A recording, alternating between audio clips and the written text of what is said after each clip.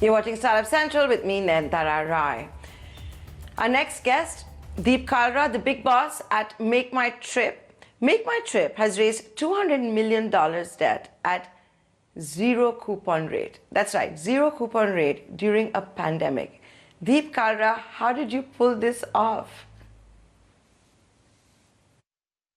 And also because of managing to get a 0% bond, I think is not easy during this time, especially for a company in travel. How did we pull it off is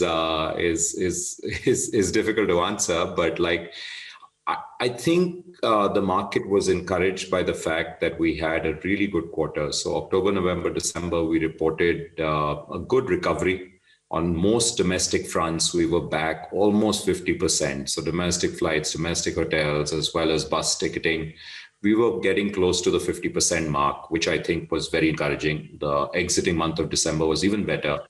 More importantly, we turned the corner, we reported a profit, which I think was very well received. And essentially that happened because of really good cost management. So I think overall, full credit to the team, really. I think it's the team which managed to deliver this during a very, very difficult time for travel. And the market is looking forward to recovery in travel across the world, but particularly in India, and especially given that the backdrop of the COVID numbers have been very encouraging for India. So, people are coming back and getting onto the planes, checking into the hotels. So things are looking up, but as they say, fingers crossed.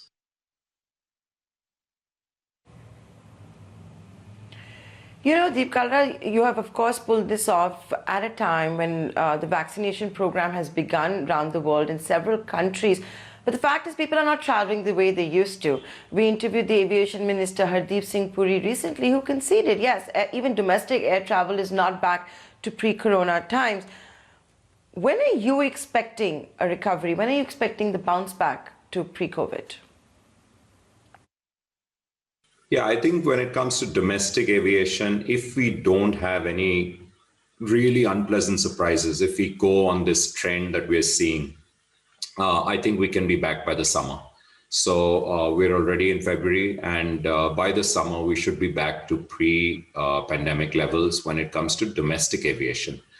Similarly, for domestic hotels, I think the summer can be very big. Again, the big if is, the pandemic numbers remain where they are right now for India, very low, and we don't see any spike happening. And then at the same time, like you rightfully said, the vaccine drive starts picking up steam.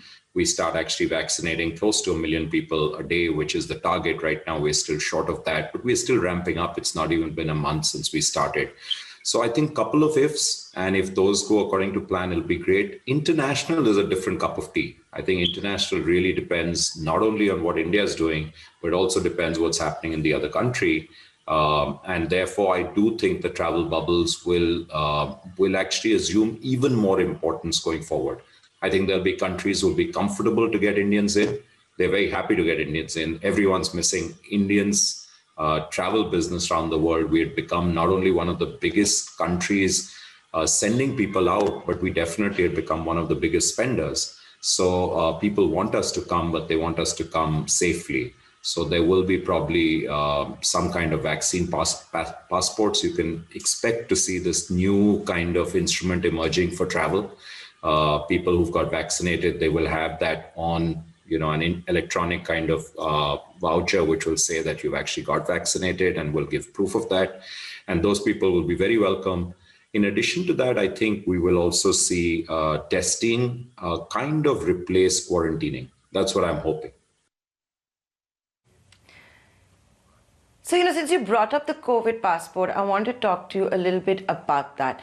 Is it indeed going to be a reality? You're also going to need most countries to agree to similar rules when it comes to the COVID passport. But do you think it's a given that unless you're vaccinated, foreign air travel could become very, very difficult, if not impossible? Yeah, I don't think it'll be the only way. I think it'll be one of the ways. So it will definitely be a quick pass. You won't have to do any of the testing protocols. You won't have to definitely quarantine. If you've been vaccinated by one of the well-known vaccines, I think people will say, okay, this is as good as it gets. And you've done the requisite number of days after that, etc. But it'll be one of the ways. Consider it to be like the the fast pass. So, it'll be the quick way to go through, and then there'll be other ways that you'll be able to enter countries. What about revenge vacationing? Is it already happening, or I'm sure you're hoping it's going to become even more revengeful, if I could say that?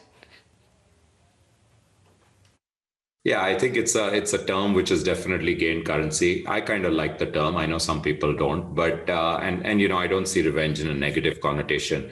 It's simply pent up demand for travel. I think the world has been cooped up far too long.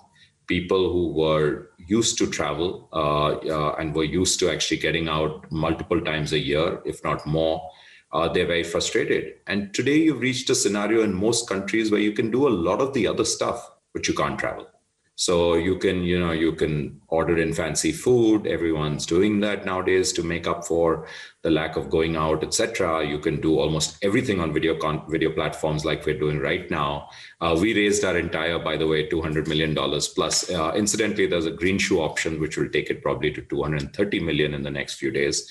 We did all of that using video platform, which is pretty amazing given that you can do that so efficiently. But the one thing which many people haven't done, I should say people have started to, is travel with gay abandon once again. So that's not happened. People have been trying to get out. A lot of people have taken driving holidays. Some people have definitely taken flights. I personally have taken multiple trips during the pandemic because I believe it's fairly safe. If you're careful, you're going to be safe. But the world per se is looking forward to being able to travel unfettered and without fear. I think that's the key thing. When you're traveling for leisure, the last thing you want is fear.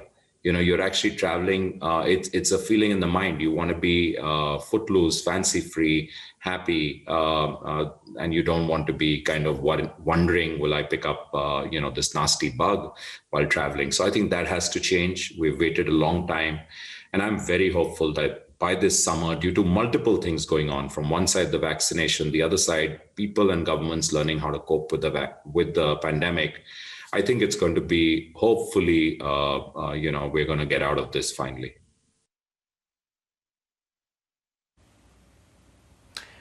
Okay, before I let you go, Deep Kalra, we've been hearing so much about the road trips, the staycations, all of that. Can you tell me what's hot at the moment? What should be on our travel bucket list? What ideas do you have for us? Yeah, Jamoli, Uttarakhand has been a complete disaster. It's really sad. And this is, we can say this is nature's fury, but I think very clearly, the fact that glaciers are melting is something we've known. Global warming is real. And, most sensible people understand it. And I think we have to figure out how to reverse it. So this is not just happening now. We can argue, should the dams have crashed or not? Were they built for, this kind of eventuality? I'm not an expert on that. But there are just so many other amazing places in the country. So over the New Year's, we were in Kashmir, and I can tell you, snowfall in Gulmarg, I don't think there's a prettier sight. I think it compares to any, vista in the world, if probably is even prettier. The same place, Srinagar in spring and summer, and Belgaum in summer. So I think Kashmir has really opened up. It's definitely safe once again. And people are going there. I think the Andamans is where we need much better connectivity. It's the most beautiful waters in the world. We've done a lot of work as a CSR foundation, our own CSR foundation there. And, the beaches are getting cleaned up. The seas are getting cleaned up. So I think we need better connectivity. We have good connectivity to Port Blair today, but then beyond that, to get to Havelock, there's, you have to rely on the ferry, etc. So I think there's a good case for seaplanes out there. Lakshadweep, I think, is waiting to open up. I mean, Lakshadweep is the same waters as the Maldives. We pay an arm and a leg to get to the Maldives. We need to develop the Lakshadweep. I think we have these three incredible places. We've got Ladakh, we've got the Northeast. There is no dearth of places besides, of course, the well-traveled to, Rajasthan and Goa and Kerala. So, and then, we've got some of the most amazing forests with Madhya Pradesh. And connectivity has improved. So the roads have got much better. Some of the state highways are phenomenal today. I just think we have some kind of bottlenecks which we need to streamline. And then connectivity through smaller airports and Udan scheme have really helped. So, getting to these places has actually got much easier. And there's some very charming places to stay, which have also come up. So there's been improvement. Can we do more? Absolutely. Around infrastructure? Absolutely. Can we have, clean stops, guest house, rest houses along the way, toilets, etc.? Absolutely, it'll make a big difference, no question. And so there's an agenda cut out, and I think the Ministry of Tourism's Dekho Apna Desh couldn't come at a better time. And I know that they're very committed to developing out the infra in the country. So we're very excited to partner them actually in doing that.